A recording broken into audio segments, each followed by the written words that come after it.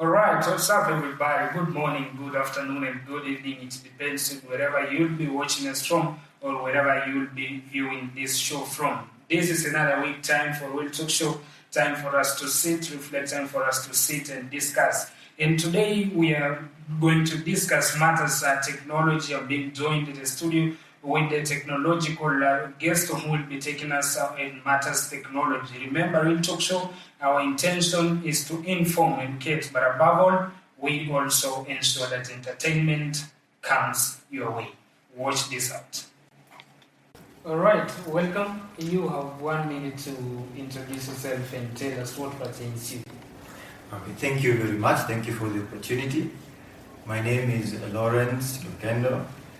I am a media and communications professional. Above all, I'm a technologist.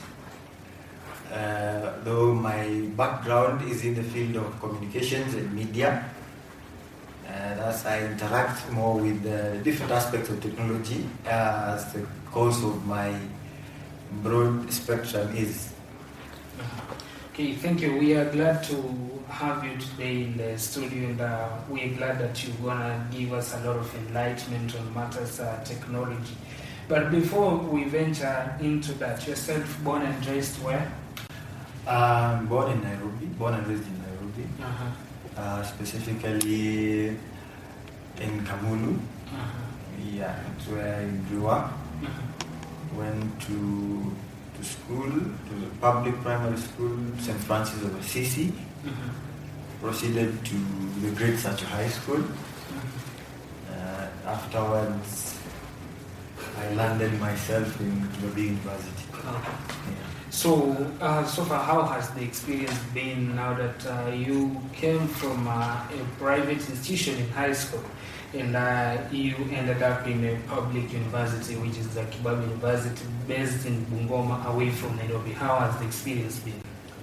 I'd say it took me time to really set into the environment of Kibabii, considering having been in a private high school, there are certain levels of life that are there, especially considering the caliber of people who attend such a high school and the likes. For example, the first time I came to Kibabii, I had to conform to the way students in Kibabii speak English. For me, it felt different. It's not what I was used to. I was used to rather people speaking very sophisticated English. Yeah, from the north. Yeah. Coming here, you find people struggling to speak English. Yeah. So it took me quite a bit of time to really set in. Okay. Yeah. Yeah, so it has been difficult to cope up. So that is how people interact. What about education-wise? How has it been? This is a public institution. How public institutions do things is quite different from private institution. How about education? I'd say education is not bad. The education is not bad, but there's always room for improvement, though. And there's some things that happen differently. Like I put it, in public institutions, it's more of a free world. There's little reaction to whatever is happening. We largely go by the book. If we have a class, we don't go to that class and forget about that story. Or maybe probably would have skipped the class, which is something that rarely happens in private institutions. Yeah. All right. So now, having said that, in Kibabii University, from what you were used to since you were born and brought up in your high school experience, so in Kibabii, now that we're going to talk about technology in this interview, how are the students embracing technology in the institution, within the institution? I'd say there is a lot that students in Kibabii need to do. In a scale of 1 to 10? In a scale of 1 to 10, I'd put it at 4. The reason I'm putting it at 4 is a majority of students in Kibabii are still struggling with the basic concepts of technology that by now, at this era, they are supposed to have grasped already. Although I take into consideration that not everybody got access to technology at the same time. But also, all in all, right now we are already having sophisticated technology coming in, like the different forms of large language models in form of AI chatbots and the rest. So I think the pace is a bit slower in Kibabii as compared to how these things are evolving. Yeah. Wow. So, we can assume most of the students maybe within, they have been brought up or they have attended the schools where technology was slightly slow or was not even present. And that could be a reason why there is a lot of sluggish and matters technology perhaps. But as you're putting it, there is always a room for improvement, and we believe that they can check on that. So yourself, before you realized or you ventured into technology to become a technologist, who were you before that? Well, before venturing into technology, I was more of a music professional. I specified in guitar back in the day. Wow. Yeah. So either I was doing pieces for guitar or I'd be part of an ensemble, a choir. Yeah, that's what I used to do before venturing into technology. And today, if let's say if technology was to stop today, for instance, will you reconsider music, or your journey with music terminated the moment you ventured into technology? No, music is always part of me. As much as right now I've been a little bit sluggish on the part of music, but it has always been part of me. I always keep music close to me. So if technology were to end today, I can still go back to guitar, teaching guitar and doing training with choirs. It's still possible. Yeah. Okay. So yourself in music, you mentioned of being in Sacho High School, and Sacho School is one of the most known schools within the country, of course, in matters of music. They are performing more better, even up to the East Africa level. So yourself, when you are attending, when you are there, did you make it to the East Africa level in guitar and maybe solo verses and what have you in music? For the time I was in Sacho, for the music festivals up to the East African level, probably choir. For guitar, the only time I ever did guitar on a competition platform was probably during symposiums that we used to have as the music students across the country. And that's the only time I've performed with guitar. Otherwise, for the music festivals, from regionals to East African, it was always choir. I never really ventured into solo verses and everything. Okay. Yeah. Wow. And moving on swiftly. So, what have been some of the struggles? Because in this journey of technology, there is a lot of struggles. Maybe where when you're beginning, you don't have a laptop. Some people don't have these gadgets, or if they have, maybe these gadgets are slow. What are some of the struggles that you, as an individual, you have encountered or you have gone through up to date? You can identify yourself as a technologist. Okay. Back in the day after my Form 4, but basically during high school and after my Form 4, I used to use a certain laptop we used to have back at home. It was a very old laptop. Back in the day, we used to have laptops that looked like briefcases. So that's where I started getting to know all these things. When that thing was very slow. Just booting the computer would take ages. So, yeah, you just work with whatever you have. Actually, working with something that is not yet at that level will give you more room to think of how can I better this situation around here? Yeah. How can I make how can I get to access what I'm not able to access using whatever I have? Sure. Yeah, like for example, the laptop I use never had it used the Windows 7 system, operating system. It's a very great system, but again, it wasn't receiving updates. So a good majority of the technology that was already out here was not available. So what I had back then was the basic things, and rather if I'd go browse, that was it.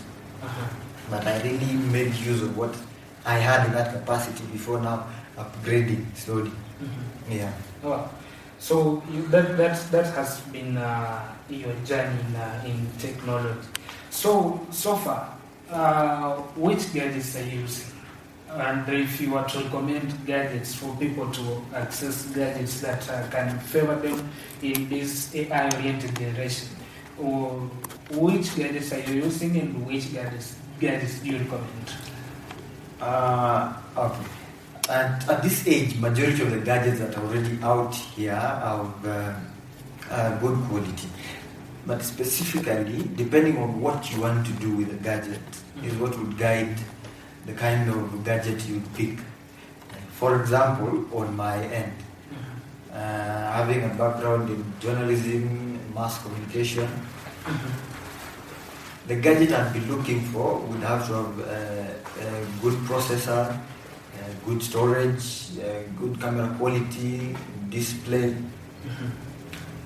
and all that. So this kind of selection of gadgets will vary around that. Like for example, for a good budget phone for somebody in a field like mine, I'd recommend either going with a Samsung, or if your pocket feels really nice, you can pick an iPhone if you want to.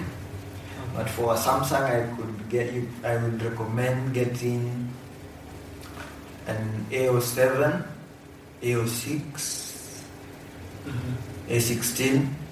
Considering these are new models with the Snapdragon processors, it's much better, it's much faster when you're processing things. Even an S24 like mine. Yeah. So for this ones for ones with the fixed budget, but you can always upgrade to the flagship phones like the S24, S25, the Ultras, and like this one. Yeah. For laptops, maybe most laptops are good, but for me, I'd see as Dell offers more value for money. So for me, a Dell laptop would be good, though HP has more of advancement in technology. Okay. So just on the laptops, so that we can end this war today, the Dell people and the HP people, it's like the Samsung and the iPhone thing. Yeah. Everybody believe what their model is more powerful. So, but for the communication students, what mostly do you recommend? Because when buying a laptop comes into the mind of an individual, definitely or basically they'll go for HP. In some of they're going for these HPs below 20,000, below 15,000. They have a very low processing speed. So what do you recommend? So first of all, both Dell and HP are good laptops. The only difference comes in with the offer you get for the equipment. Like for example, Dell would be cheaper, offering the same specs as a HP laptop, but would be slightly expensive. And also considering it's a fact that is out there, Dell laptops are better than HPs in terms of battery. Dell laptops have very good batteries, but nonetheless, both laptops still function very well. I'd recommend, if you're looking for a good laptop, for us in the journalism and mass communication and media, I'd recommend you get a laptop with a higher RAM around, say, 16 or above. Okay. Yeah. Storage, get as high as possible because you will really need it. Yeah. But also put into consideration that laptop would have to have a dedicated graphics card. Makes things faster. Most of the people in the field prefer Ryzen laptops. They have quite good graphics cards.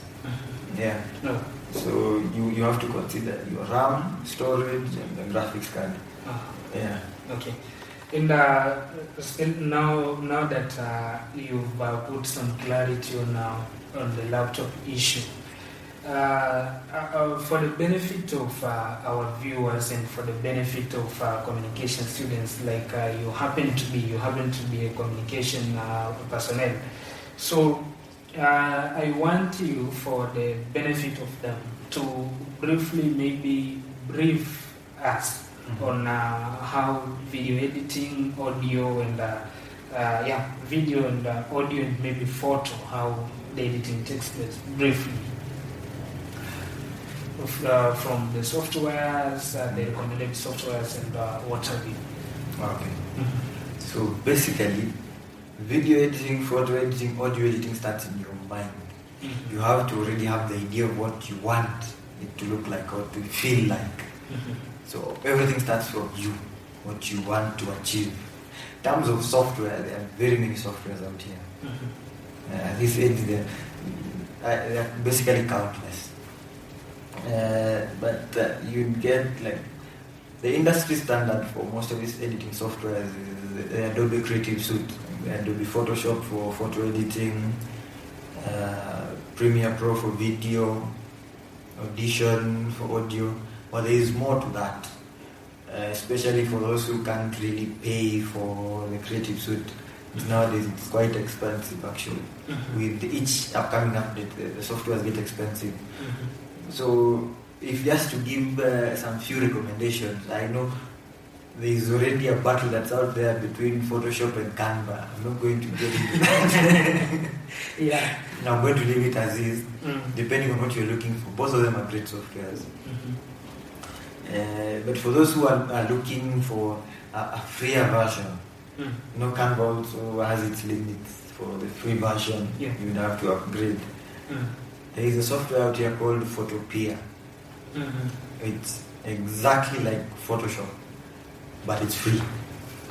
Actually, you can run it without an app. It can run on a phone? Yes, also on the phone. Oh. Without an app, it runs on the browser.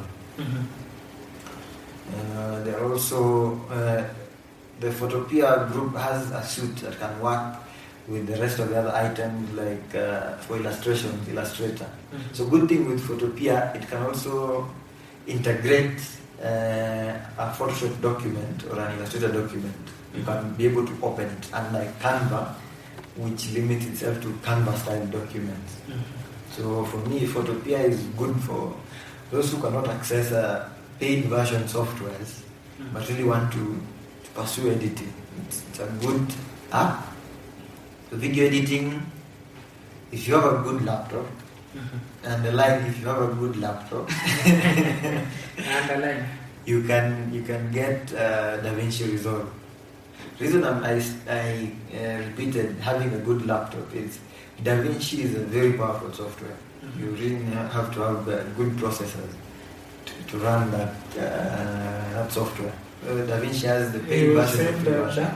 It will spell DaVinci, like the artist DaVinci. It's one as I'm saying it. DaVinci. I got it. Yeah, DaVinci Resolve. Yeah. You have the free version and the studio version. Free version, you have limitless potential. Studio version gives more access to editing, but yeah, though it's a one pay, you pay it once, and like the other paid software, it's a subscription. Okay. Yeah. For audio editing, there's quite a lot of software out here. But now for the communication students, a good majority are already working. I see. Audition is an interesting standard, but we have other apps. Though we have the web version, like the Adobe Podcast is a free version with AI integration. You are able to clean audio, to edit audio for free. Actually, for most of my work, I clean my audio using podcast. It saves me time, especially if I'm meeting very tight deadlines. Okay. Wow. I'd share with you some of the other apps that you can also share with your viewers. Yeah. Okay. So we continue now within the institution Kibabi, and also looking at the institutions across the country.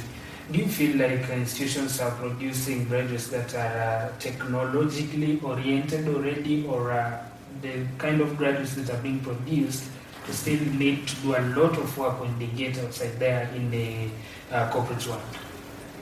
Okay, I'd answer that in two statements. Theoretically, yes, universities produce professionals. Practically, no. If a student has not made personal effort to dive into the world of technology, 100% that person is going to suffer and get into the field. Because much of what we do in university is theory of. We have a lot of theories. Yeah. Practically, we don't use much of that theory. We need hands-on skills, problem-solving skills. With now in this AI age, we now need the AI skills. So, what do you recommend to journalism students or other communication students? Because there is much that is expected of them as far as the entire thing is concerned. So, what practical steps should they take? I'd say don't wait for permission to do something. At this age, there are countless of places to learn. We have the University of YouTube, as I like to call it.